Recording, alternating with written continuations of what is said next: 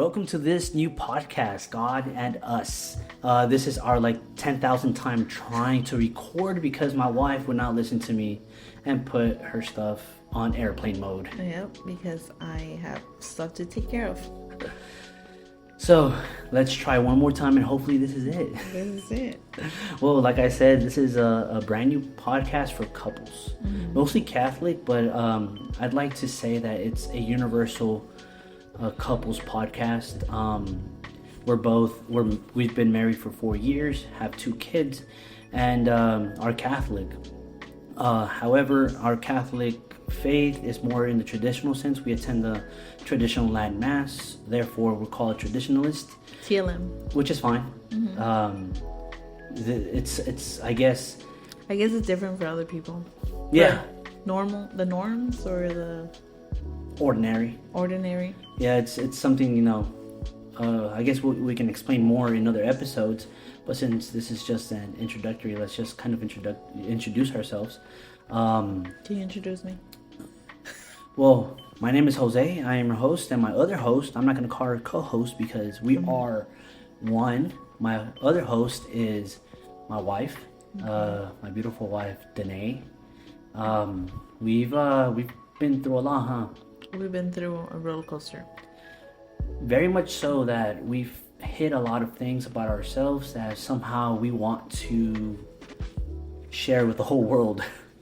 Yeah. I guess not so much to be understood, but to help people that have been through our situation, I guess. Yeah, so people can relate, or find someone that they can relate to, or know that they're not alone. Yeah, they're not the only ones going through things. Just our story in a nutshell. We just moved back from Dallas. To Houston from Dallas. Yes. All within the same year. It felt longer though. Yeah, it felt long. It felt like 10 years. It was horrible because we were not happy in Dallas. Not to say that Dallas is a bad place. It's just that we just Dallas didn't feel sucks. home. Just kidding. We didn't feel good. We weren't happy. It's not our home, and so we already had a plan to already come back to Houston, right? Yeah. But financial stress, spiritual stress, it's the biggest one, which is why we made so many silly decisions. Dumb, stupid. Yeah, stupid decisions that we could have avoided if we would have let God be a part of it. So I said, we've been through a lot. We've been judged very much, and so it is what it is. I know people. The reason I say that is because we've judged people as one in certain situations, and now we look back and we're like, wow, we're so stupid. We were, well, at least me. I thought I was very faith bound, and little did I know that I wasn't. You were nothing. No, I was hiding my stuff. I guess I can introduce myself a bit. Yeah, so my name, like I've said before, my name is Jose. I'm 30. I'm about to be 32 in February. I'm just a guy trying to be a good husband, a good brother, a good son, a good father, as best as I can. But more than anything, I'm trying to be a good Christian now. Yes. It took me 31 years to figure that out. 30 years. Why do I say that? Although I grew up in the church, I've always felt somehow kind of empty. I went to the seminary in Newark, still felt empty. Of course, I had the best years of my life in Newark. I'm not going to lie, right? Because I was closer to the Lord, right? I was closer. I would pray a lot. You were in constant prayer. I was in constant prayer, exactly. And my first exposure to Latin was within the seminary. We would sing Gregorian chants. The seminary was set up. There was a Latin Mass altar in the back of the altar that we had. So it was something that always attracted me. I just never thought that the Latin Mass still existed until just recently when I started to research. Yeah. It was through that research that I was bound to go to a Latin Mass anyways. and I loved it. It saved my life. Like we mentioned earlier, we went through financial stress, spiritual stress, depression. I like to call it hardships. Yeah, spiritual hardships, all hardships. Yeah. I mean, to the point of depression you went through your depression in the pregnancy. I went through my depression to the point of suicide once we were in Dallas. Yeah. Because I felt You feel like a failure. And I felt the absence of God. But mostly you felt the absence of God. Yeah, and this is something that my wife knows.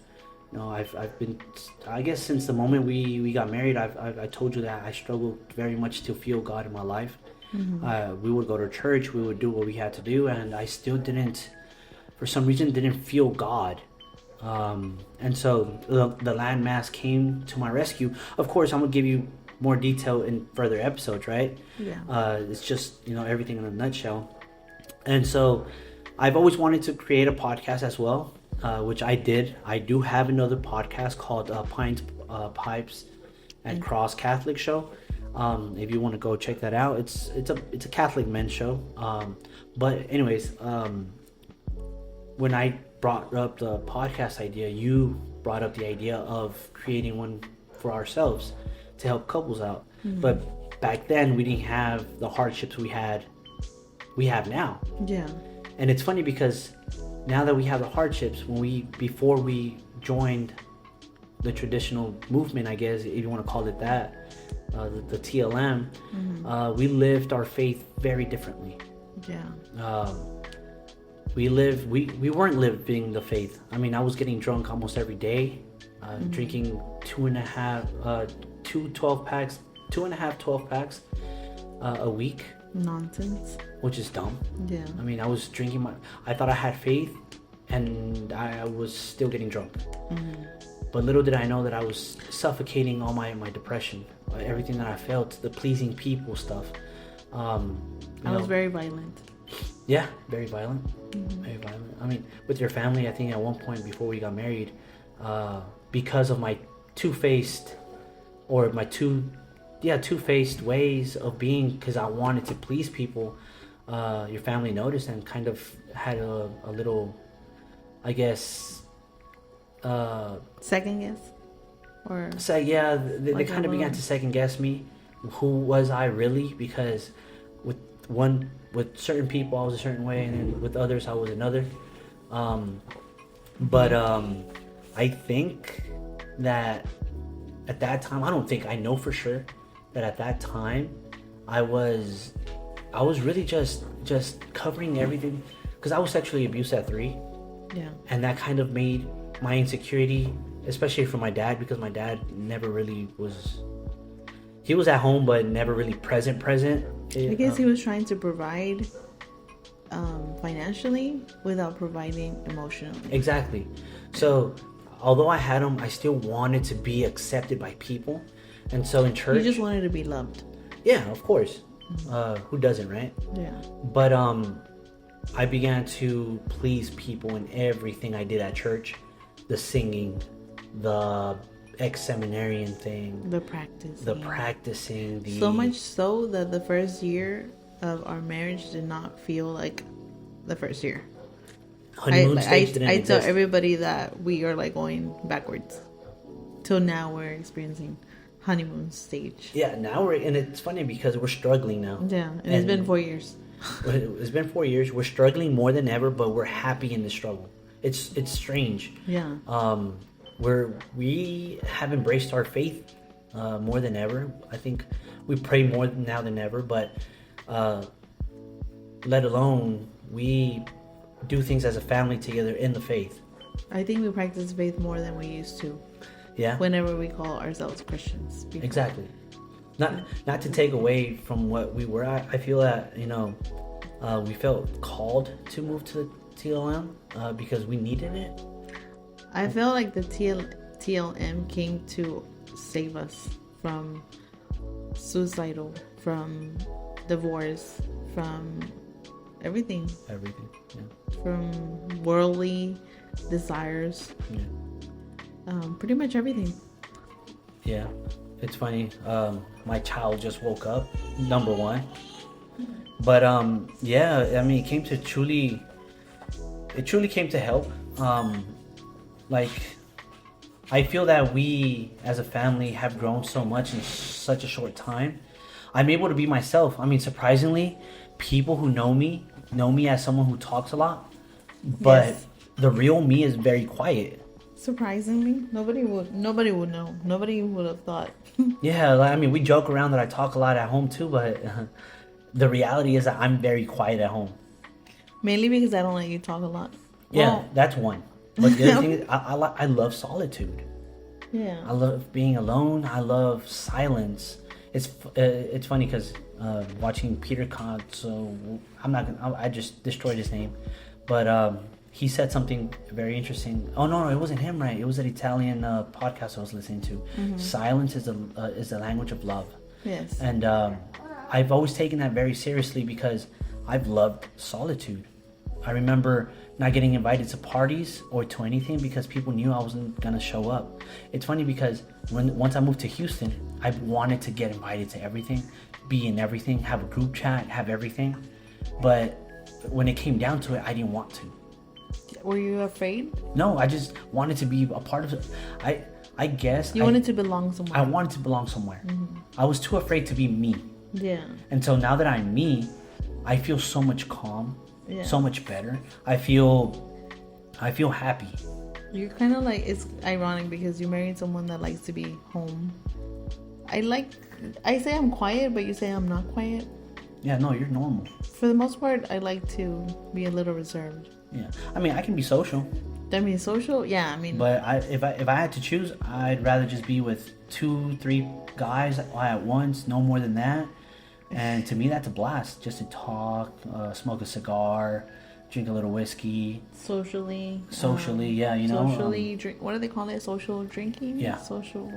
Yeah. Not to get drunk, but Yeah. just to like, But that's have a good me. time. Or I would start like researching things so I can be liked by people. Be like, oh, he knows so much, when in reality I don't know that much.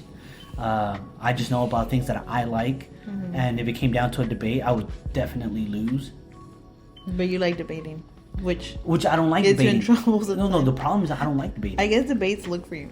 Yeah, I guess- like I try not to debate. I get in trouble for it too. I don't want to debate. It's just that since I want to fit in so bad, I want people to like me so bad. Well, used to. Yeah, I used to. That I wanted to fit in so bad, not because that was me, but because the struggles that I had within, which I never knew what they were up until now, the root of everything till now. I'm starting to kind of work on those things. It's funny with that preset from St. John Cantius during that Requiem Mass, November 1st, where he said, when you find God, all the negative things about yourself that you have, you begin to change with His help. Yeah. And it's true. I began to see all these negative things about myself. The people pleasing, even with you, I would try to please you in certain ways that wasn't myself, and you knew a different Jose, and I was doing things that were weird, and it's like, whoa. And so I took that to heart, to what he said, right? If you find God, you find joy. You're always joyful, Yes. even in the struggles. struggle. And I find joy now because, one, I found God, and because I found God, I'm at peace with what's going on, how it's going on. I don't have to tell everybody my problems, which is another thing I used to do.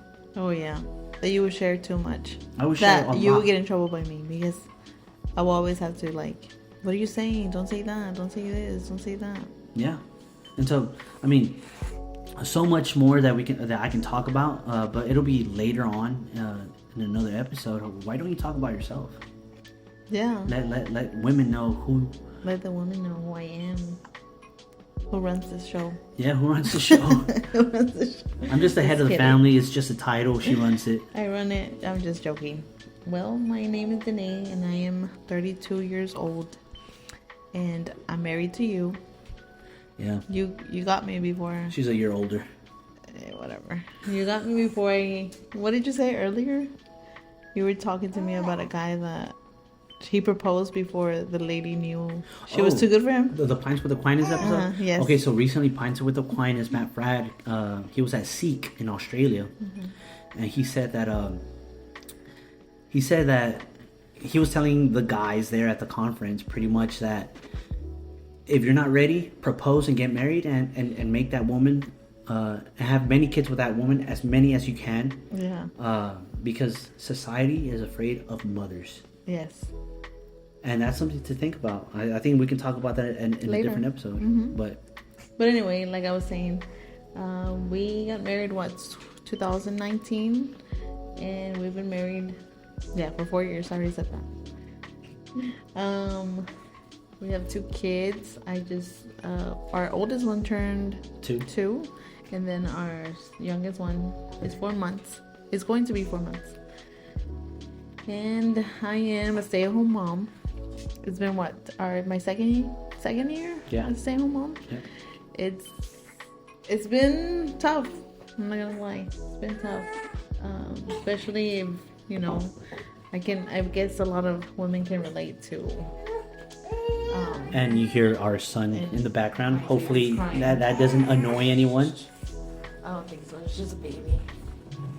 I was looking out. That now that you mentioned, I started to follow this. I'm getting off topic. It's fine. So I started podcast. We run it however we want, however the Lord wants it. I'm following this woman chat or group, like traditional Catholic woman, but it's only like mothers from ages like 23 to 30 something, and that's it. Like, no, there's other, they even, in the disclaimer, they say if you're engaged or if you're not of this age, to join another chat. Anyway, why I'm saying this is because there's a lot of women there that I relate to, because like them, I was working.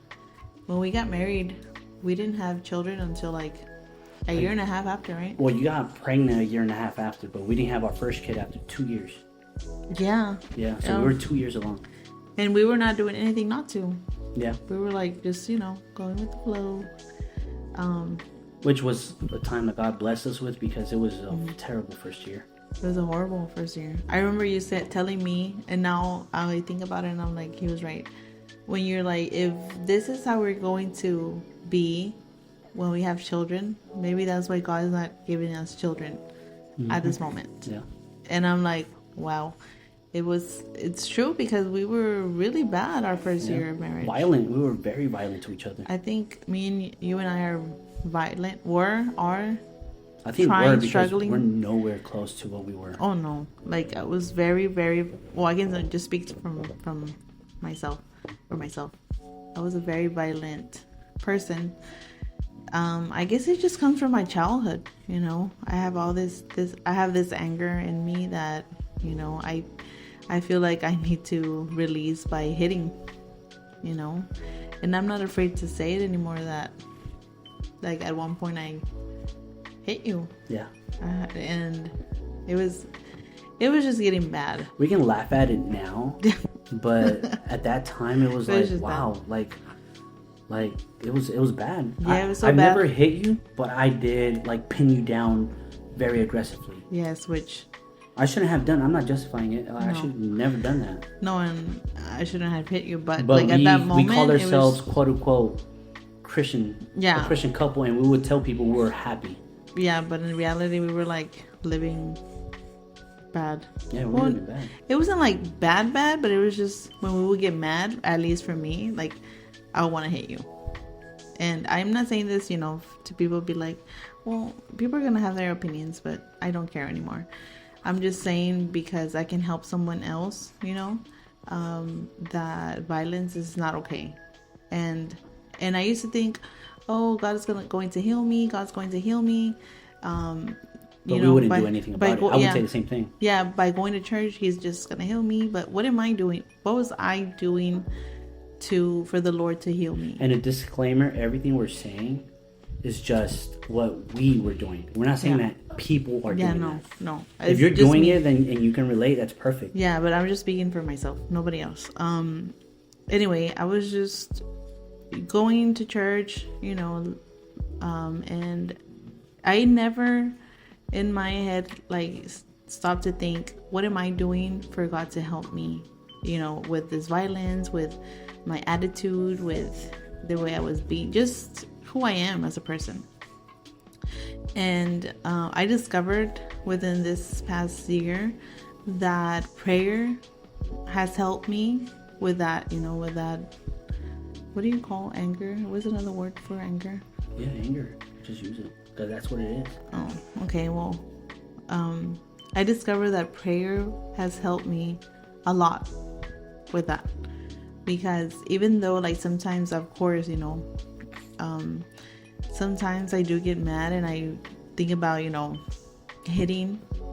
I try to control myself now. Like I'm able to like catch myself and be like, no, I'm not gonna hit. Like, it's crazy because Which is amazing because the TLM came because I guess you and I, and you've said it before, you and I needed a different form of spirituality where we felt loved.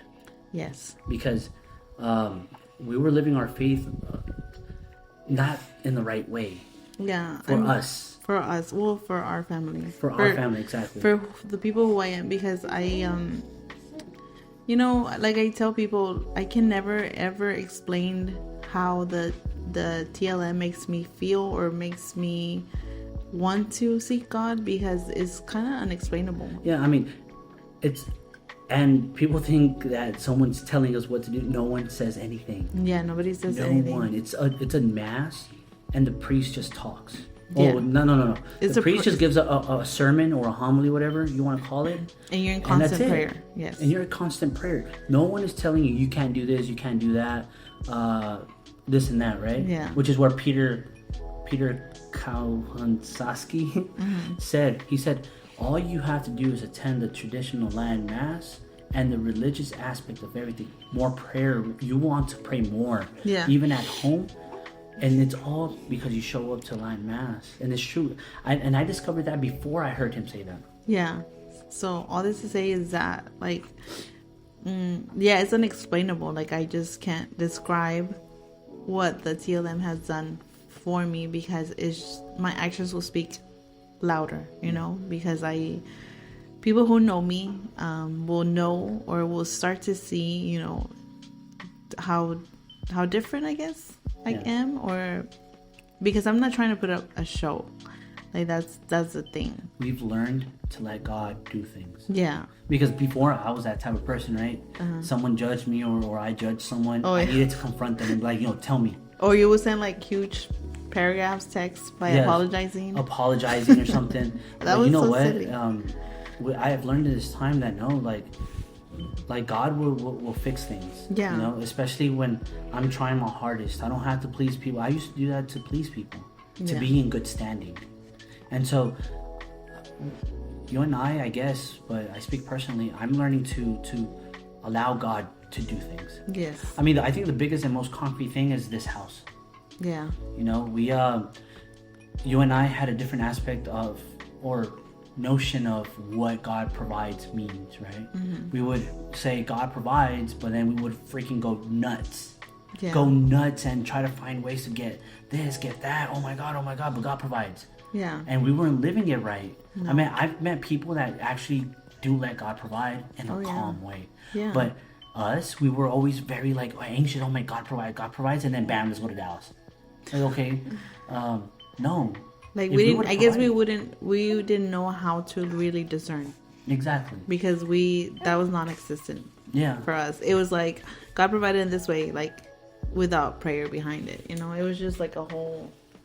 We would just go what we thought was best at that moment. Yeah, and the reason I bring up the house is because that's an example.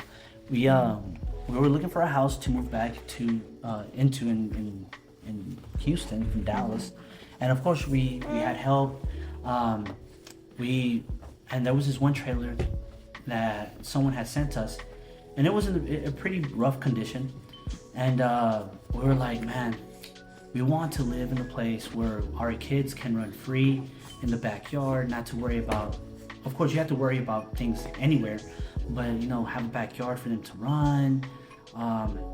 If all fails, we'll take the trailer. And my wife, towards, I don't know, a week before we got this house, she was already giving up.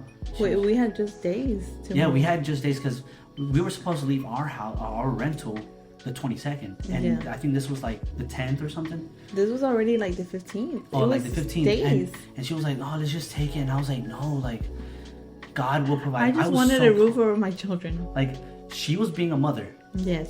I was being a father, but I wanted faith to guide us, right? And so I knew something in me was sure that God was going to provide a home, not only a home, but a home that my wife wanted.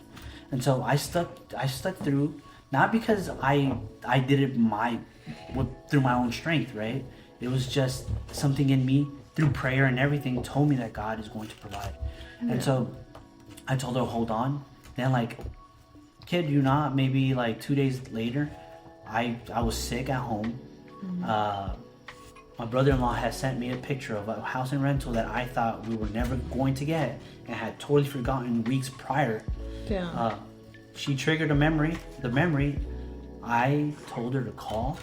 She called, and from one day to another, we got this house. Yes. God worked, Yeah. Through Mary. through Mary. Yeah, because we do family rosaries try to every day, right? And so we would ask, and we would And call. we had family members that were praying. Yeah, Constantly. family members that were constantly praying, and family members who were helping us find a house. Yes. And we will forever be grateful. And then we got the house from one day to another. It was a miracle. Yeah, little backstory: we have bad credit because of the financial stress that we were going through. Bad credit, bad everything. My dream car was repoed. We got an eviction notice from apartments, and we've been through it all. There's Yeah. so much more and I can't wait to share it with you guys to help. But it was this house that truly makes me think that God will always provide If you let him. if you let Him. If No you let need to him go do nuts. the- No need to go nuts. No need to go looking for the extremes like I was doing. Yeah, nothing. And so we got this beautiful house. We're happy in this house. And it's not even a luxury house. It's an ordinary It's a home. simple house, but it's beautiful. In Backyard. The backyard I had been praying because my Jacob is super hyperactive, that he needs something, Yeah, and to so release all the energy. yeah, and it was just a miracle. God provided 100%, and that's where we learned that to truly trust in God, be in prayer, and as long as you're in prayer and doing your part, which means, of course, you also have to look for a house. It's not that you're just gonna sit back and relax and not look for a house. But we were looking, we were having help. We had help for it. We kept on praying, kept on looking. We were looking in Dallas as well for houses and making calls. It's not that we're in Dallas hoping for people here to find a house for us. We were also looking, and thank God we, did our part as much as we could. Set our priorities straight and just let God do the rest. And by allowing God to do it, bam, He did it. Also with this job, I just recently got accepted as a religion teacher. Yeah. And it feels great to let God do things for once. Yeah, you pray about it and you let God do His thing. Of course, putting your effort as well. One thing that we do want to say is stick to the Catholic Church. Yes.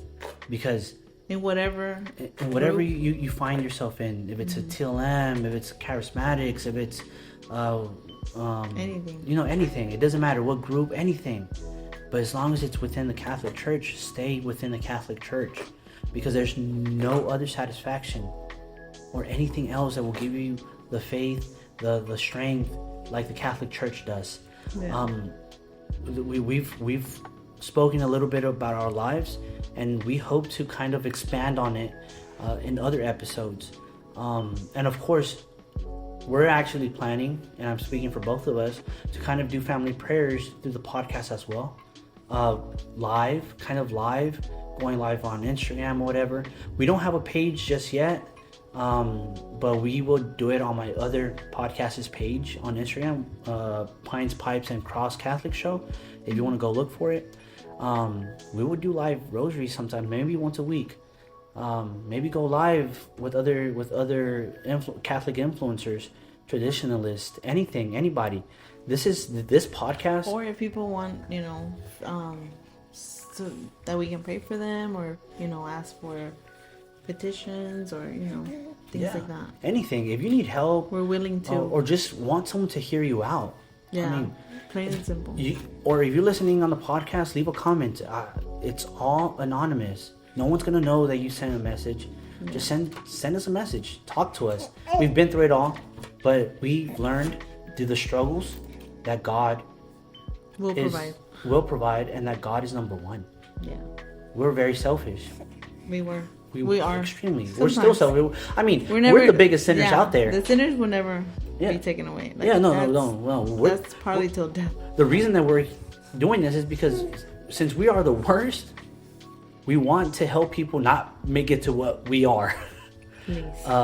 Because it's horrible to be like us.